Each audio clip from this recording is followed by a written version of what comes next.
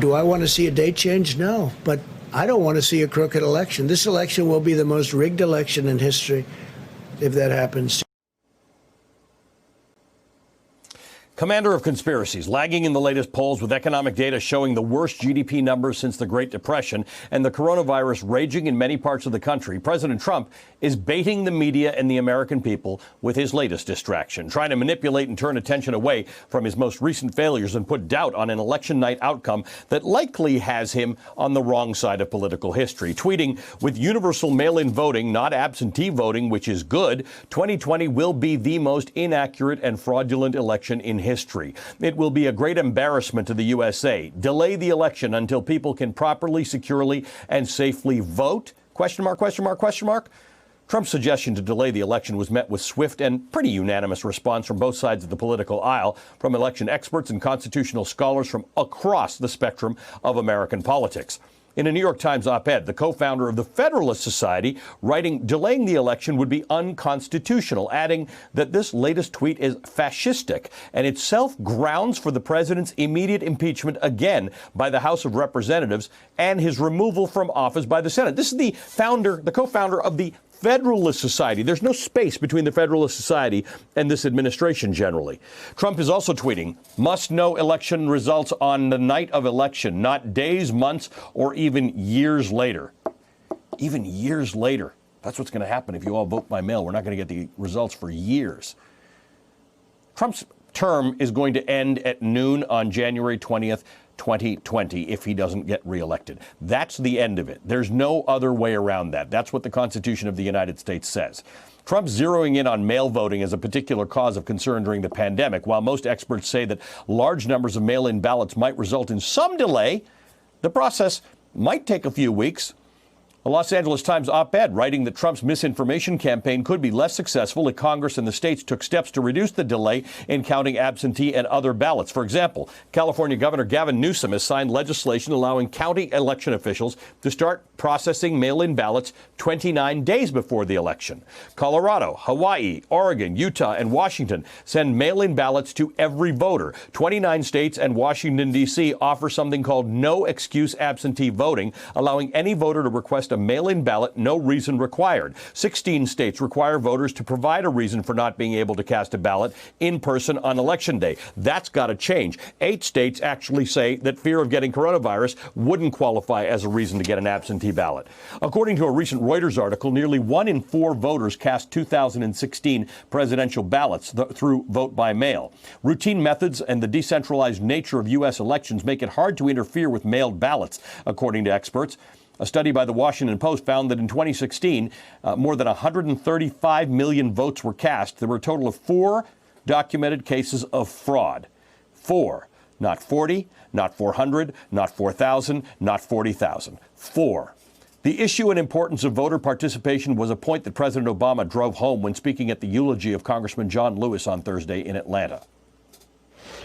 There are those in power who are doing their darndest to discourage people from voting by closing polling locations and targeting minorities and students with restrictive ID laws and attacking our voting rights with surgical precision, even undermining the Postal Service in the run-up to an election that's going to be dependent on mail-in ballots so people don't get sick.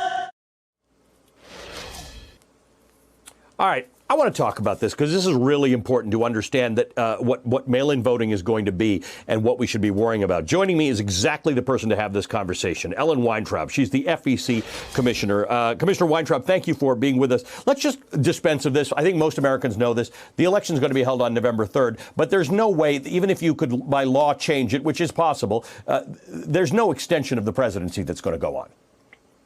No, that's right. Under the Constitution, the presidency ends. This current term of the presidency ends at noon on January 20th. And regardless of whether there's an election between now and then, this presidency is going to be over. Now, what's going to happen is we are going to have an election on November 3rd, and whoever wins that election will be inaugurated on January 20th of next year. Okay, let's talk about the things we should be worried about. If we are going to vote by mail, which I think we should, in large numbers, we're going to go from 23% of ballots cast in 2016 to, I don't know, 40, 50, 60, 70, maybe 80%. There are actual logistical things to worry about. And there are a lot of states who have mastered the logistics of this. Everybody else is going to get on board with that. But if there's any fear about mail-in voting, it's logistics, not fraud. Absolutely. As you pointed out, there have been many, many studies of this. People have looked for this. There are people who want to find evidence that there's been fraud in voting, and they can't find it.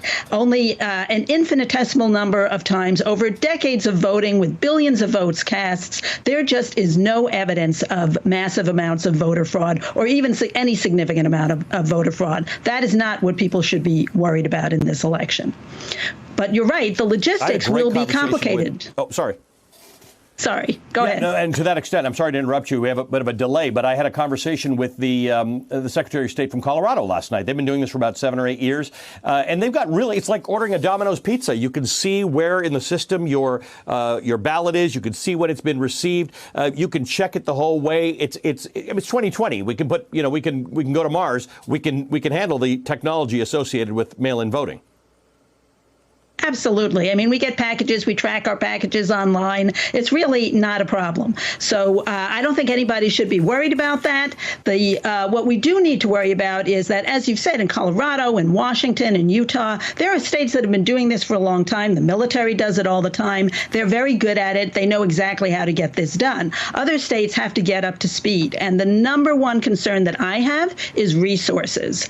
Congress has not allocated sufficient resources to the states in order to support the amount of resources they're going to need to put into this, because not only will they need to have all the supplies they need to massively ramp up their vote by mail operation, but some people will still want to vote in person, and they will need supplies for that. They will need bigger spaces. They will need sanitary supplies to make sure that everybody can do this safely, and they'll need to be able to space people out. So all of this is they're going to need to hire people. They're going to have trouble hiring people. I would urge anyone out there who is young and healthy and wants to do something for their democracy to volunteer to be a poll worker, because the states are hurting for that too.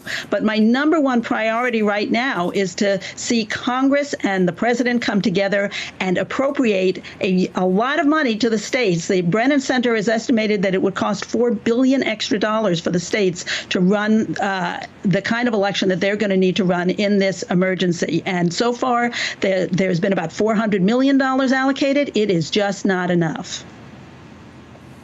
In 20 or 30 years, when kids or grandkids ask us, what did you do in the election of 2020, to be able to say that I was a poll worker or I helped make that election fair would actually be a great civic service. When we talk about how to do this, you're talking about vendors, you're talking about printing, you're talking about poll workers.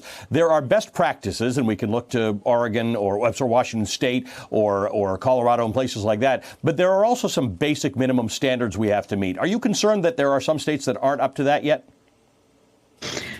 I think that the states are working very hard at this. They're working cooperatively. They're working to get advice from other states that have more experience in this. So I think that there are a lot of very dedicated people who are going to do their utmost to get this election done right. Now, there may be some mistakes that get made, but again, this is something that is very different from fraud. It may not be a perfect election. There's never been a perfect election, but people should not lose their minds over every individual mistake that gets made. There are people out there who are doing this, who are professionals, who are going to try and get this right for the American people. And I have a lot of faith in those people. Ellen Weintraub, I appreciate you coming out and speaking the truth to us about this. Ellen Weintraub is an FEC commissioner. Thank you for being with us. Hey there, I'm Chris Hayes from MSNBC. Thanks for watching MSNBC on YouTube. If you want to keep up to date with the videos we're putting out, you can click subscribe just below me, or click over on this list to see lots of other great videos.